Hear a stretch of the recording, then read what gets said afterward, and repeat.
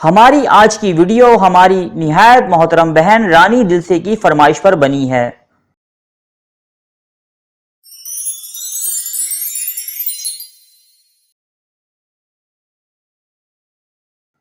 آج سے ہزاروں سال قبل اس دنیا میں ایک ایسی شخصیت گزری ہیں کہ جن کی عقل مندی اور دانائی کی بدولت اللہ پاک نے ان کے نام پر قرآن مجید میں ایک سورت نازل فرمائی اور ان کا نام رہتی دنیا تک کے لیے امر کر دیا۔ دوستو، یہاں بات ہو رہی ہے حضرت حکیم لقمان کی۔ یہ بات واضح نہیں کہ وہ نبی تھے یا نہیں، لیکن وہ ایک بہت ہی عقل مند انسان تھے۔ بہت سی حکایات حکیم لقمان کے نام سے منسوب ہیں۔ کہا جاتا ہے کہ وہ حکمت یعنی میڈیکل سائنس کی معراج پر فائز تھے۔ دنیا میں ایسا کوئی مرض اور روگ موجود نہ تھا جس کا علاج حکیم لقمان کے پاس نہ ہو۔ اب سوال یہ ہے کہ اتنی حکمت اور دانائی آپ کے پاس کہاں سے آئی؟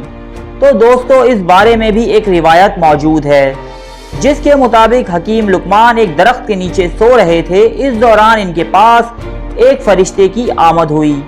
فرشتے نے حکیم لقمان سے کہا کہ اللہ پاک آپ کو ان دو میں سے ایک تحفے سے نوازنا چاہتے ہیں، پہلا حکمت و عقل مندی اور دوسرا دولت و بادشاہت۔ حکیم لقمان نے حکمت و عقل مندی کو چنا۔ پھر جب آپ نیند سے بیدار ہوئے تو آپ نے محسوس کیا کہ آپ کے حواس یعنی سینسز اور آپ کے سوچنے سمجھنے کی صلاحیتیں بہت تیز ہو چکی تھیں۔ آپ کی قدرت سے ہم آہنگی اتنی زیادہ ہو گئی تھی کہ آپ اپنے ارد گرد موجود پیڑ پودوں اور جڑی بوٹیوں کو دیکھ کر ان کے فوائد اور ان کے نقصانات سے بخوبی آگاہ ہو جاتے۔ کچھ مورخین کا کہنا ہے کہ پیڑ پودے اور جڑی بوٹیاں آپ سے کلام کرتے اور آپ کو بتاتے کہ ہم فلاں مرض کی دوا ہیں۔ آپ نے اپنی زندگی کا ایک بڑا حصہ غلامی میں گزارا تھا۔ یوں تو بحیثیت غلام آپ کے کئی واقعات مشہور ہیں، لیکن ایک واقعہ ان سب میں نمایاں ہے۔ آپ کے مالک نے آپ کو ایک دمبا دیا اور حکم دیا کہ اسے ذبح کر کے اس کے بدترین حصے میرے پاس لے کر آؤ۔ حضرت لقمان تھوڑی دیر بعد اس دمبے کا دل اور اس کی زبان لے کر اپنے مالک کے پاس حاضر ہوئے۔ کچھ دن بعد آپ کے مالک نے ایک اور دمبا آپ کے حوالے کیا اور اس مرتبہ حکم دیا کہ اسے ذبح کر کے اس کے بہترین حصے میرے پاس لاؤ۔ حضرت لقمان تھوڑی دیر بعد حاضر ہوئے اور اس مرتبہ بھی آپ کے ہاتھ میں دل اور زبان تھے۔ آپ کے مالک نے آپ سے کہا، اے لقمان، یہ کیسے ہو سکتا ہے کہ جو چیزیں پہلے بدترین تھیں وہ اب بہترین ہیں؟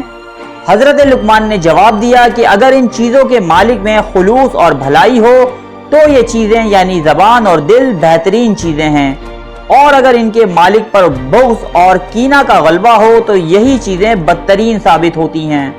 یہ باتیں سن کر آپ کے مالک کے دل میں آپ کا رتبہ اور احترام بہت زیادہ بڑھ گیا۔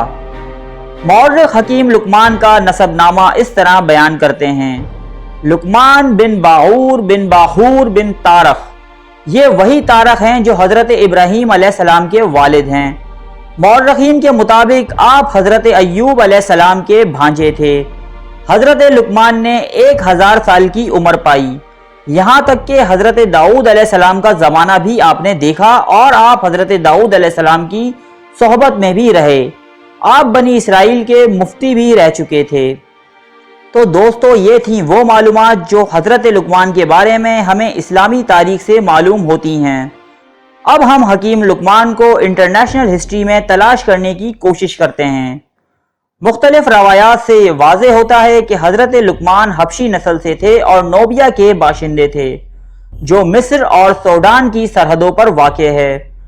حفظ الرحمن سیوہاروی قصص القرآن میں حضرت لقمان کا زمانہ 3000 سال قبل مسیح تحریر کرتے ہیں۔ اگر ہم 3000 سال قبل مسیح کے دور میں نوبیا کے خطے میں اس عظیم شخصیت کو تلاش کرتے ہیں تو ہمیں اس دور میں ایک برگزیدہ اور صاحب حکمت ہستی کی نشاندہی ملتی ہے، جنہیں حکمت و دانائی میں شہرت حاصل تھی اور انہیں بابائے طب بھی کہا جاتا تھا۔ یہ شخصیت مصر اور نوبیا کے مشہور مفکر اور موجد امہوتپ کی ہے۔ امہوتپ کا دور 2980 سے 2644 قبل مسیح کا ہے۔ امہوتپ مصر کے فرعون زوسر کے وزیر اعظم اور مشیر خاص تھے۔ مصر میں آپ کا عہدہ وزیر اور ہیلوپولس کی عبادت گاہ میں سب سے بڑے پیشوا کا تھا۔ اس کے ساتھ آپ بالائی مصر یعنی نوبیا کے حاکم بھی تھے۔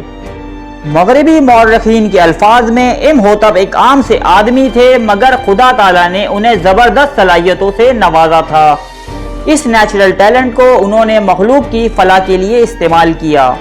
آپ کا سب سے بڑا کارنامہ سقارہ کے مقام پر دنیا کا سب سے پہلا زینے دار اہرام یعنی اسٹیپ پیرامڈ کی تعمیر ہے۔